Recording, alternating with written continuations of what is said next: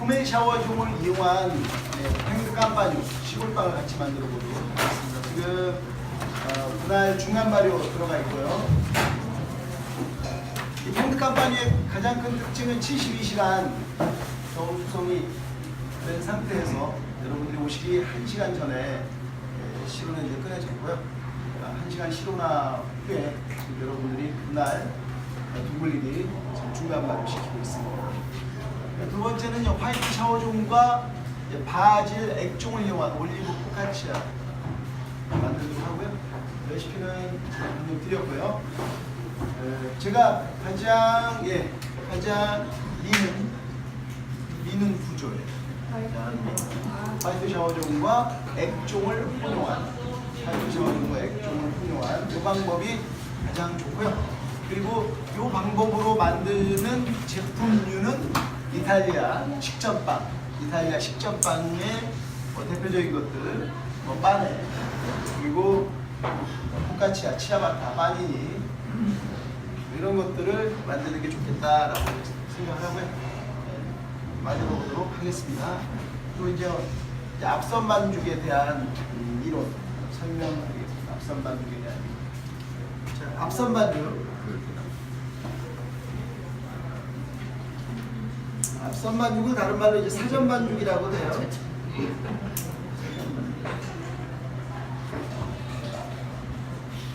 정의를 내려보면 우리가 빵을 만드는 세 가지 공정. 첫 번째가 반죽 만들기죠. 반죽을 만들어야 되죠. 그리고 발효 진행을 하고 그 다음에 굽기를 하죠. 굽기를 하는데 반죽 만들고 발효하고 구워서 이제 빵을 만드는데 이 반죽을 만들 때 이제 발효를 좀 단축시키기 위한 반죽 제조법이 있을 수 있어요. 반죽 제조법. 어떻게 하냐면 이 반죽을 만들 때 반죽을 만들고 난 다음에 한 번에 발효시키지 말고 반죽을 둘로 나눠요. 쭉 쪼개. 반죽을 쪼개가지고 1차 반죽을 한 다음에 그 다음에 2차 반죽 안에 1차 반죽 넣어요. 그렇게 해서 빵을 만들면 여기서 이제 같은 발효의 정도가 있잖아요. 같은 발효의 상태, 정도, 상태라고 이야기할 수 있겠죠. 도달하는 시간이 있겠죠. 이 시간을 단축시킬 수가 있습니다.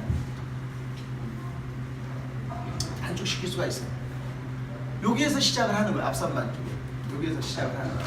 앞선 반죽이 나오게 된, 사전 반죽이 나오게 된 이유죠. 반죽을 만들고 발효를 시키고 굽는데 이 발효를 발효 시간을 발효의 정도, 발효의 상태는 그대로 놔두고 똑같게 하면서 시간을 단축을 시키고 싶은 거예요.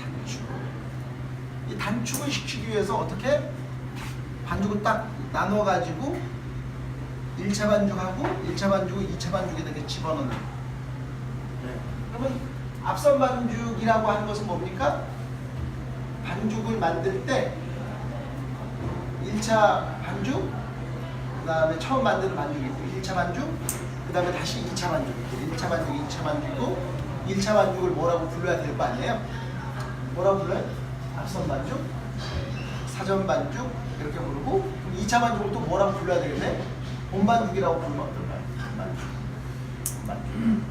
여기서 이제 선생님 스폰지 반죽이 있지 않습니까? 라고 이야기한다면 앞선 반죽의 여러 종류 중에 스폰지 반죽은 하나일 뿐이에요. 여기서 앞선 반죽이라고 하는 것은, 사전 반죽이라고 하는 것은 종류가 여러 패턴이 있어요. 앞선 반죽을 만드는데 여러 패턴 중에 여러분들이 기능사반에서 배웠던 스폰지 반죽은 하나의 패턴일 뿐이다. 그러면 이제 다양한 종류가 이 안에 있어요. 그건 좀 이따 이야기하도록 하고, 우선 요거부터 나오게 된 이유는 아시겠죠? 나오게 된 이유는 발효 시간 단축시키기 위해서 반죽을 두 번에 나누어서 반죽을 하고 앞선 반죽, 1차 반죽을 앞선 반죽, 사전 반죽, 2차 반죽을 본 반죽이라고 하자. 자, 이렇게 이제 약속이 됐어요. 자, 두 번째는, 자, 그렇다면 1차 반죽을 만들 때 어떤 재료들을 사전에 반죽을 만들어 가지고 발효를 사전에 시킬 것이냐 이거죠. 처음 생각을 해요. 자, 빵 만들 때 재료들이 쫙 머릿속에 그려지죠. 자, 그 재료들 중에서 가장 소화가 안 되기 때문에 발효를 충분히 시켜야 되는 재료는 밀가루죠. 그럴 줄 알았어요. 잘 얘기하실 줄 알았어요. 밀가루죠. 달걀은 어때요? 설탕은 어때요? 유지는 어때요? 뭐 등등등 있잖아요. 달걀도 되고 설탕도 되고 유지도 되고, 네, 분해시킬 수 있잖아요. 그런데 일반적으로 빵 만들 때는 밀가루 혹은 꼭 곡류라고 얘기할 수 있겠죠. 곡류가 소화가 제일 안 되죠. 달걀, 설탕, 유지는 이제 소화가 잘 되는데 밀가루가 소화가 잘 안 돼요. 자, 그러면 밀가루가 소화가 잘 안 돼요. 그래서 사전에 밀가루를, 그러니까 빵 만들 때 이게 1차 반죽과 2차 반죽을 합쳐서 반죽이라고 하는데, 이 반죽을 만들 때 사용하는 총 사용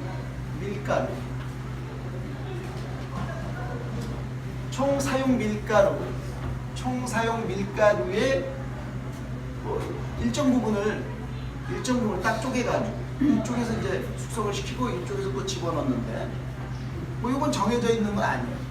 전체를 전부 다 여기에서 숙성을 시킬 수 있고요. 아셨죠? 전체를. 그리고 50%만 할 수 있어요. 50%. 전체 밀가루의 얼마? 50%. 반. 그러니까 반은 2차, 반은 1차. 아니면 전체 모든 곡류를 1차에서 숙성을 시키고 2차에서는 안 이렇게 할 수도 있고, 아니면 25% 조금만 집어넣어. 조금. 그래서 저는 제 배합표는 몇 프로냐? 25%예요. 25%. 그렇죠? 왜냐면 오늘도 보면 호밀 샤워종이 얼마냐면 1000g.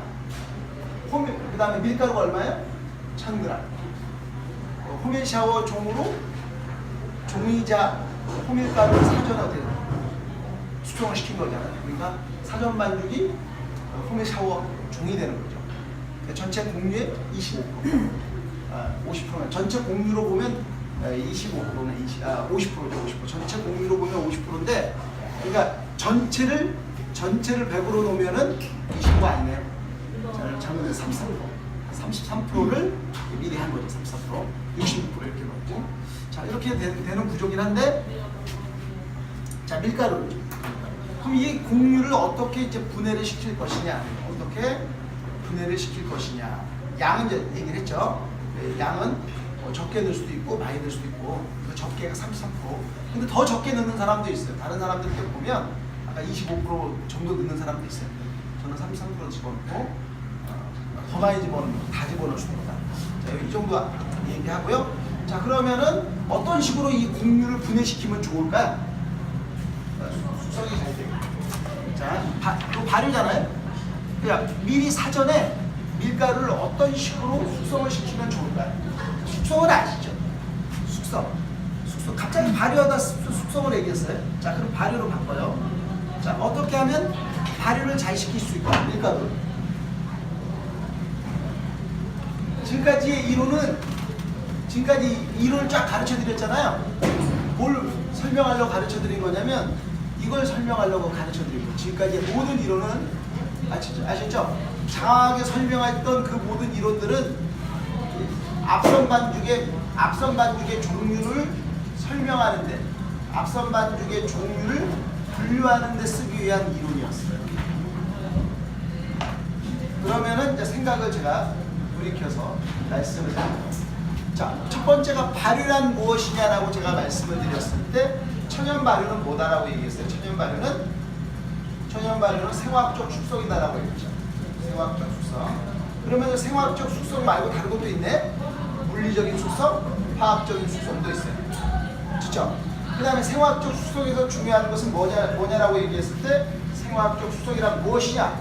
중요한 게 뭐냐? 그러면 자, 미생물의 종류에 따른 미생물이 만들어내는 대사산물이 다르죠.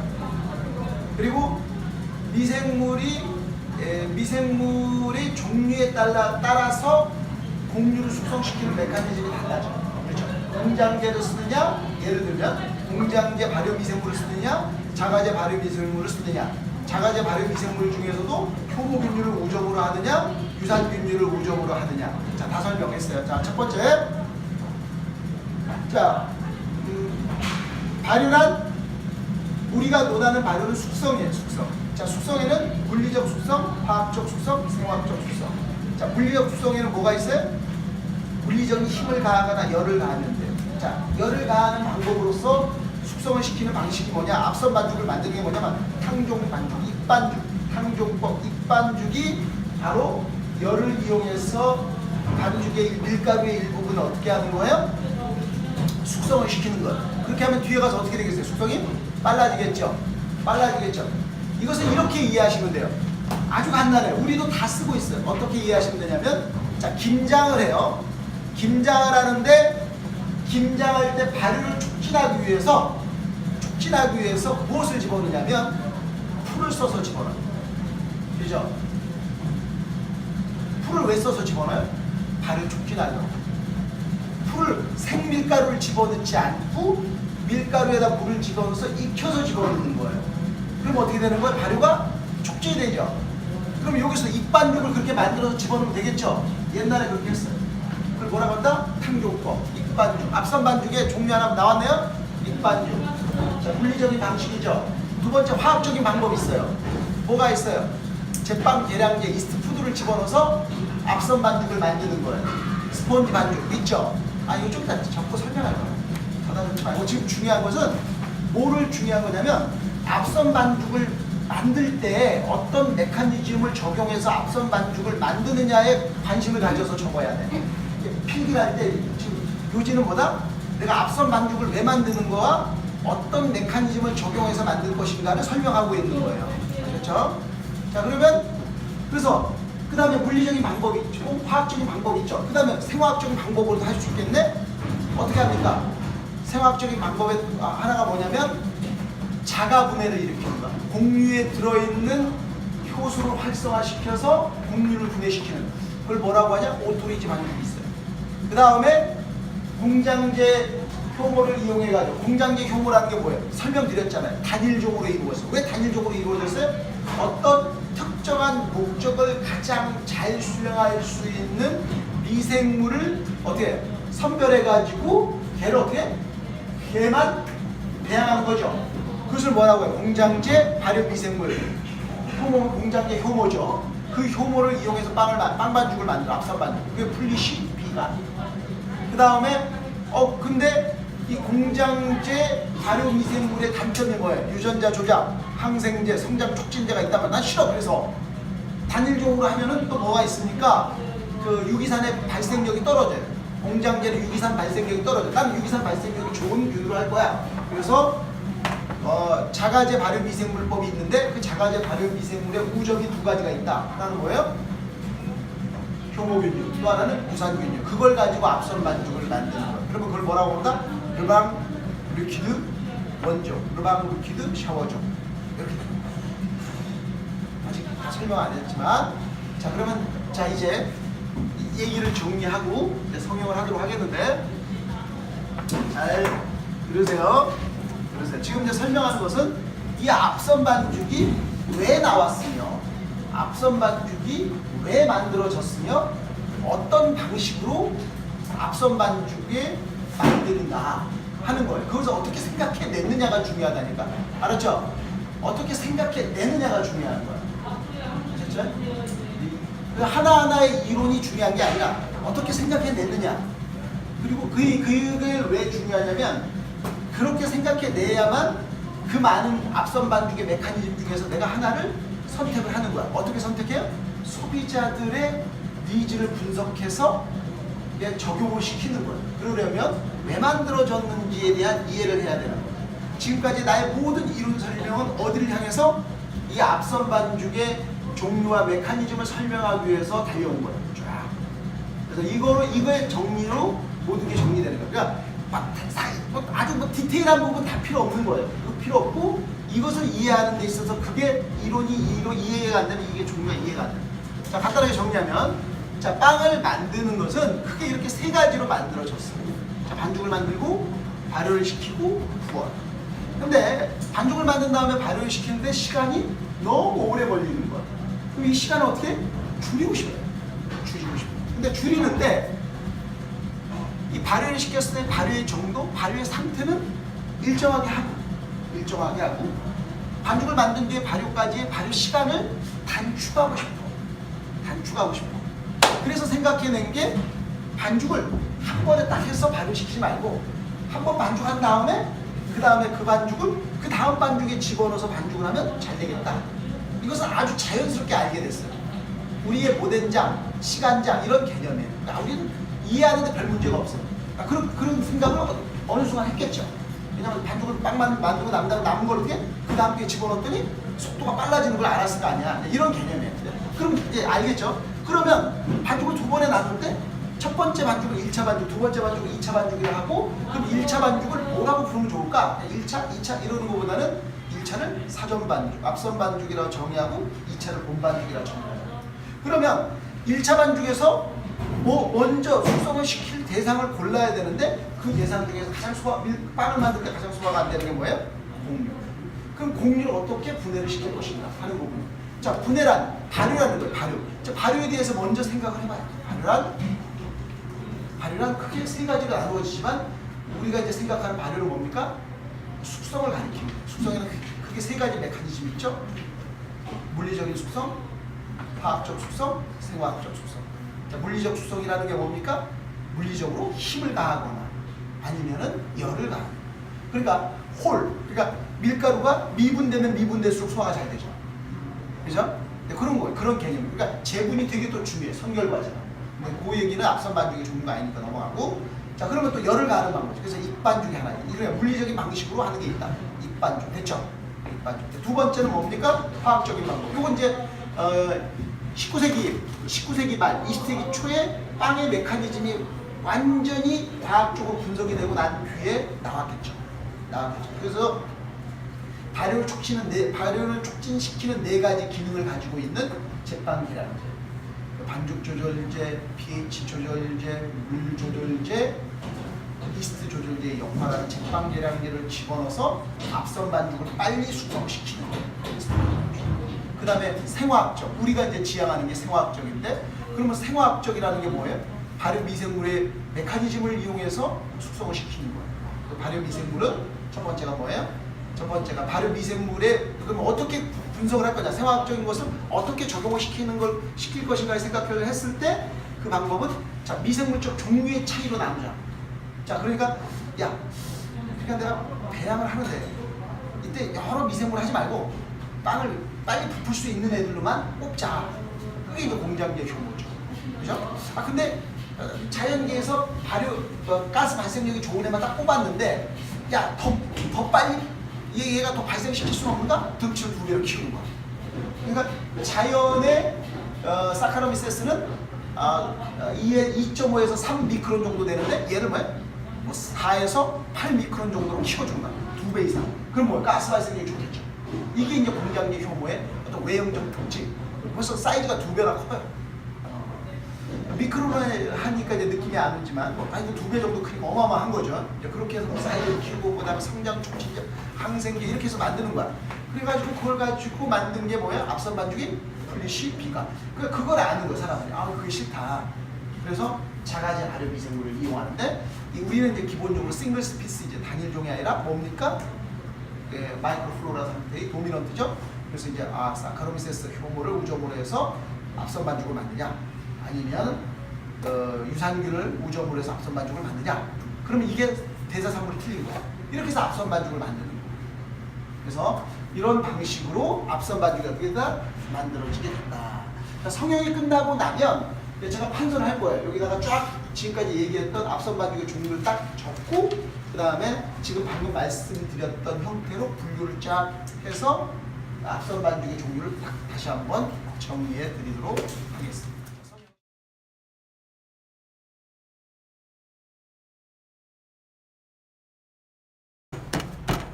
이렇게 해서 먼저 전부 다 여러분 한 10개 정도니까 10개를 전부 다 이런 식으로 이렇게 만들어 두시기 바랍니다. 아셨죠? 먼저 이렇게 만드신 다음에 이제 만들기 시작하세요. 그냥 뭐 우리 그 일반빵 수업에서 바게트를 이렇게 해보셨기 때문에 잘 하시리라 생각을 하고요. 그냥 바로 그냥 빨리 하겠습니다. 길게 하지 마십시오. 네, 너무 길게 하지 마시고 25cm 하겠습니다. 미니 바게트 이렇게 해서 이제 샌드위치 한다 생각하시면 되겠어요. 미니 바게트 해가지고 샌드위치. 예. 드디어 우리 그 전국구 학원인 우리 옆에 이제 한솔 학원이 드디어 천연발효빵을 이제 개강하려나 봐요. 그래서 저는 무엇보다도 기뻐요. 그 뭐냐면 이게 많은 그 이제 드디어 뭐가 되겠습니까? 이제 드디어 이 붐이 되려나 봐요. 많은 학원들이 이렇게 관심을 가지면 그 많은 선생들이 또 고민하지 않겠습니까? 어떻게 하면 더 잘 강의하고 경쟁의 우위에 쓸 것인가 막 고민하고 이러면서 제가 보기에는 상당히 좋아질 것 같아요. 그래서 또 한솔은 전국구니까 네, 모든 아이템의 시작은 종로에서 시작하고 전국으로 뿌리는 건 한솔인가 봐. 가맹점이 많잖아요. 거기는 가맹점이 많으니까 여러 군데 있잖아요. 그래서 한촌이 많지. 노원도 있고 되게 많아요. 그래서 하여튼 뭐 그리고 저도 더 좋아요. 이렇게 또 긴장할 수 있어서 어제도 열심히 공부했습니다. 어제도 열심히 공부했어요. 저는 진짜. 네, 자 이렇게 충분히 뿌리고 책처럼 책처럼 해주세요. 책처럼 하겠습니다. 책처럼. 반대통에 넣는 건 많이 했잖아요. 이제 그만하려고. 네. 너무 많이 해가지고 뭐 몇 다 했으니까 그만하고 반대통에 안 넣는 거. 이렇게 해서 바닥에 특히 묻혀가지고 이음이 밑으로 내려가게 한 다음에 이렇게 해주십시오. 25cm 정도.